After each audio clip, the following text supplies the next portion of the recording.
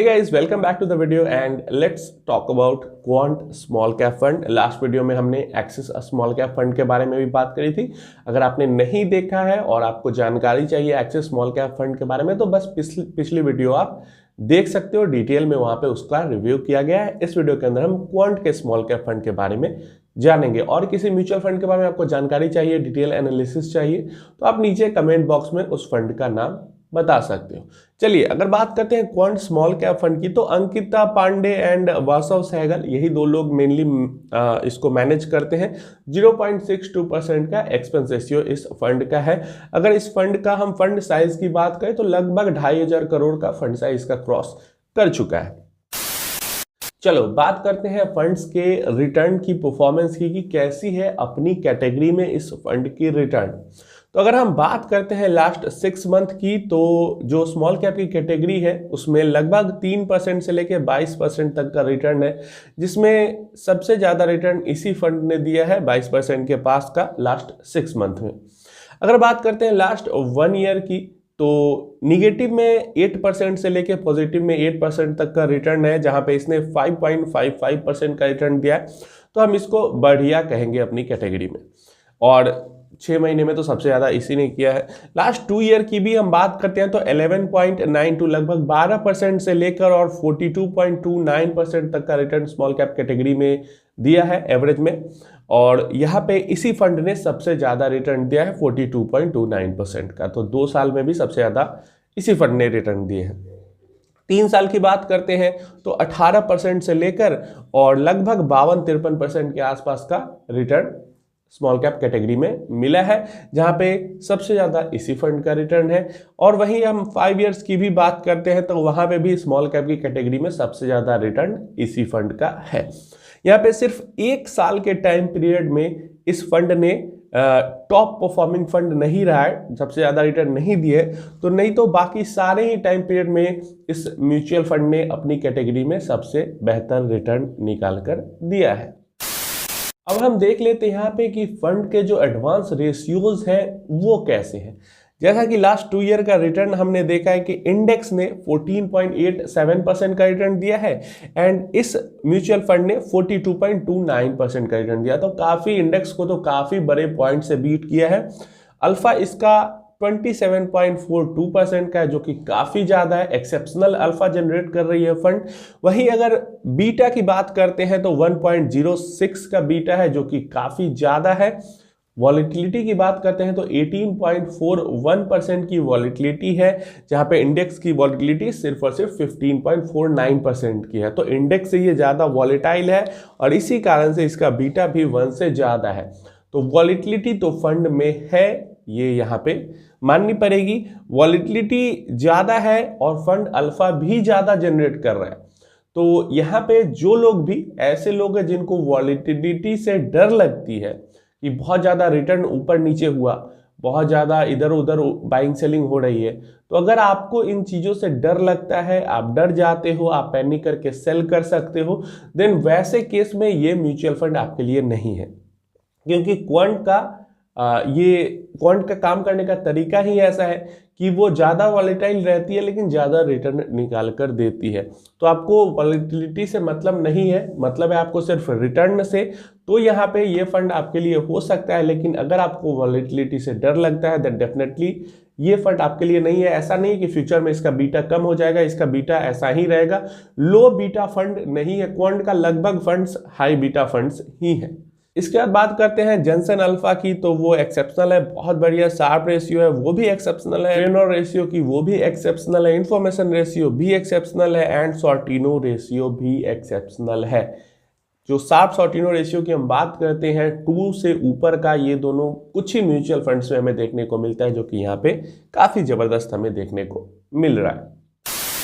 अगर हम चेक करते हैं NAV मूवमेंट लास्ट 3 ईयर का क्वांट स्मॉल कैप फंड और निफ्टी स्मॉल कैप 250 इंडेक्स का, तो क्लियरली हमें यहाँ पे विजिबल देखने को मिल रहा है कि जो क्वांट स्मॉल कैप फंड है वो निफ्टी स्मॉल कैप 250 इंडेक्स से काफ़ी ऊपर चल रहे हैं। काफ़ी बड़ा गैप हमें यहाँ पे देखने को मिल रहा है, जो कि वही, क्योंकि निफ्टी स्मॉल कैप 250 इंडेक्स जो है वो बेंचमार्क इंडेक्स होता है लगभग स्मॉल कैप फंड्स का। तो अपने बेंचमार्क इंडेक्स से कितना आगे है वो हमें यहाँ पे देखने को मिल रहा है।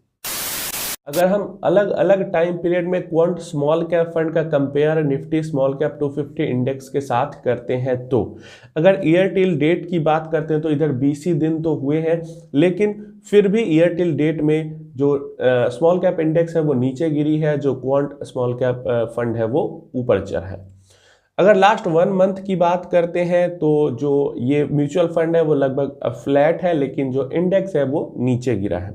यहीं पे अगर लास्ट 3 मंथ की बात करते हैं तो जो इंडेक्स है वो फ्लैट है, लेकिन जो ये स्मॉल कैप फंड है वो ऊपर चढ़ा है, उसने रिटर्न्स दिए हैं। लास्ट 6 मंथ की बात करते हैं तो स्मॉल कैप इंडेक्स से काफ़ी ज़्यादा रिटर्न दिया है इस फंड ने। लास्ट 1 ईयर की बात करते हैं तो स्मॉल कैप इंडेक्स गिरा है, लेकिन इस फंड ने पॉजिटिव रिटर्न्स दिए हैं। वहीं लास्ट 2 ईयर की बात करते हैं तो काफ़ी ज़बरदस्त 2 गुना से ज़्यादा रिटर्न इंडेक्स से इस फंड ने दिए हैं। लास्ट 3 ईयर की बात करते हैं तो वहाँ पे भी 2 गुना से ज़्यादा रिटर्न दिए हैं। 5 ईयर में भी ज़्यादा रिटर्न है। तो लगभग सभी टाइम पीरियड में, लगभग क्या सभी टाइम पीरियड में ही इस फंड ने अपने इंडेक्स को काफ़ी अच्छे पॉइंट से यहाँ पे बीट किया है, जो कि अगेन इस फंड के लिए अच्छी बात है। अगर हम फंड का पोर्टफोलियो एलोकेशन देखते हैं तो काफ़ी ज़्यादा डाइवर्सिफाइड पोर्टफोलियो हमें देखने को यहाँ पे मिलता है।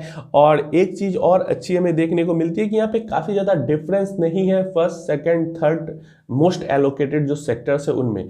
जैसे मोस्ट एलोकेटेड सेक्टर अगर हम देखते हैं, जैसे फाइनेंशियल है, कंज्यूमर स्टेपल्स है, यहाँ पे इंडस्ट्रीज़ है, उसके बाद मटेरियल्स है। तो जैसे मटेरियल्स में 24% का एलोकेशन है, तो फाइनेंशियल में 18% है, कंज्यूमर स्टेपल्स में 17 है, इंडस्ट्रीज में 14 है। तो ऐसे करके अच्छे से वेल डाइवर्सिफाइड यहाँ पे पोर्टफोलियो बनाया गया है। बहुत ज़्यादा डिफरेंस हमें सेक्टर्स के बीच में देखने को नहीं मिलता है।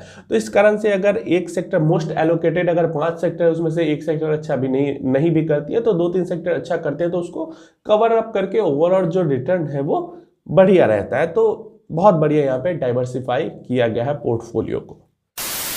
टॉप 5 होल्डिंग अगर हम फंड की देखते हैं तो यहाँ पे सबसे ज़्यादा जो इन्वेस्टमेंट किया गया है अभी भी आईटीसी के अंदर में ही है, जो कि 7.4% का इन्वेस्टमेंट है। आरबीएल बैंक के अंदर 6% का, पीएनबी के अंदर 5.9, जिंदल स्टेनलेस के अंदर 5.9, आईआरबी इंफ्रा के अंदर 5.7।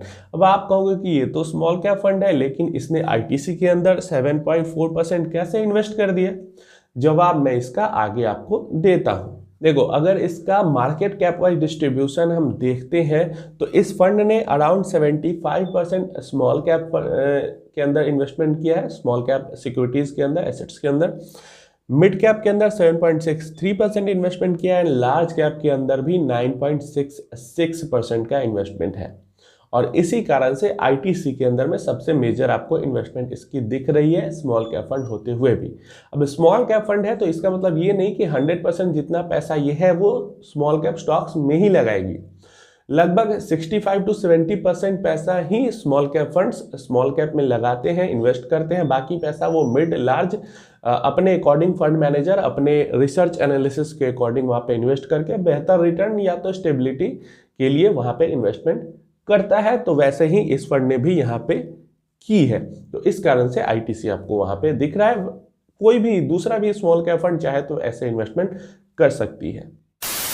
अगर इस फंड की हम रैंकिंग देखते हैं अपने कैटेगरी में, तो लास्ट 1 ईयर में ये अपने कैटेगरी में तीसरे नंबर पे है। जैसा कि मैंने बताया कि लास्ट 1 ईयर में जो maximum return small cap funds ने दिए हैं वो 8% के आसपास दिए हैं, और इसने 5.5% के आसपास रिटर्न दिया है, तो इसलिए ये नंबर 3rd पे है। लेकिन लास्ट 3 ईयर की बात करते हैं तो 3 ईयर की रैंकिंग अगर चेक करते हैं तो वहाँ पे अभी भी ये नंबर 1 पे रैंक कर रहा है। क्योंकि लास्ट 1 ईयर की अगर छोड़ दे तो 6 महीना, 2 साल, 1 साल, 2 साल के बाद 3 साल, 5 साल, इन सारे ही टाइम पीरियड में ये जो स्कीम है उसने अपनी कैटेगरी में सबसे ज़्यादा रिटर्न दिए हैं, और जिस कारण से ये बाकी सारे ही टाइम पीरियड में नंबर 1 पे रैंक करती है।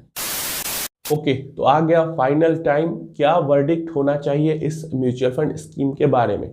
तो देखो, अगर मेरी राय यहाँ पे हो इस स्मॉल कैप फंड के बारे में, कोई भी एडवाइस नहीं इन्वेस्टमेंट की कि जाओ पैसा डाल दो। रिसर्च पर्पस के लिए, एजुकेशनल पर्पस के लिए ये वीडियो बनाई गई है। तो यहाँ पे इन माय ओपिनियन ऐसे लोग जो हैं जिनको बहुत डर लगता है वॉलेटिलिटी से, अगर उनका पोर्टफोलियो नीचे जाने लगता है तो वो डर जाते हैं, बहुत ज़्यादा ऊपर नीचे होता है तो डर जाते हैं, तो वैसे लोगों को इस स्कीम के अंदर में इन्वेस्टमेंट नहीं करना चाहिए। दूसरा, वैसे लोग निकल के आते हैं जिनको वॉलेटिलिटी से डर नहीं लगता है, पोर्टफोलियो कितना भी ऊपर नीचे करे उससे डर नहीं लगता है, उन्हें मतलब है ज़्यादा से ज़्यादा रिटर्न्स की, अपने पोर्टफोलियो में ज़्यादा से ज़्यादा ग्रोथ की, कि अगर 5 साल है फंड में बने हुए तो at the end of 5 years या 10 ईयर्स हमें ज़्यादा से ज़्यादा रिटर्न मिलने चाहिए। तो वैसे लोगों के लिए ये स्मॉल कैप फंड निकल के आता है, क्योंकि अल्फा भी ये बहुत ज़्यादा जनरेट कर रहा है फंड, लेकिन बीटा भी बहुत ज़्यादा है, और 1 से ऊपर का बीटा मतलब बहुत ज़्यादा, इंडेक्स से ज़्यादा वॉलेटाइल है। जैसे एक्सिस में हमने देखा था कि अल्फा कम था लेकिन बीटा भी बहुत कम था, लेकिन यहाँ पे अल्फा बहुत ज़्यादा है एंड बीटा भी बहुत ज़्यादा है। तो इसलिए अगर आपको high volatility high return fund के अंदर इन्वेस्टमेंट करना है तो डेफिनेटली ये फंड आपके लिए। चाहे पुरानी एसआईपी आपकी चल रही हो आप उसको कंटिन्यू कर सकते हैं, चाहे नई एसआईपी आप स्टार्ट करना चाहते हैं वो भी आप स्टार्ट कर सकते हैं। बस वही माइंड में रखना है कि फंड के अंदर में बहुत ज़्यादा ऊपर नीचे होगा आपका पैसा। अगर मेरा पैसा हो तो मैं क्या करूँगा, तो मैं डेफिनेटली, आप सबको पता है, growth type of investing he follow करता हूँ। मुझे वॉलेटिलिटी से मतलब नहीं है, मुझे ज़्यादा से ज़्यादा रिटर्न से मतलब है, तो मैं डेफिनेटली इसके अंदर इन्वेस्टेड ही रहूंगा। That's it for this video। अगर आपको वीडियो अच्छी लगी, इंफॉर्मेटिव लगी तो लाइक कर देना वीडियो को। कोई भी क्वेश्चन है, कोई भी क्वेरी है, पूछना चाहते हो यहाँ पे पूछ सकते हो या फिर इंस्टाग्राम पे आके पूछ सकते हो। ऐसे ही इंफॉर्मेटिव वीडियोस रेगुलर देखते रहने के लिए चैनल को सब्सक्राइब जरूर कर देना। ऐसे ही वीडियोस, लाइव सेशन आते रहते हैं फाइनेंस रिलेटेड इस चैनल पे।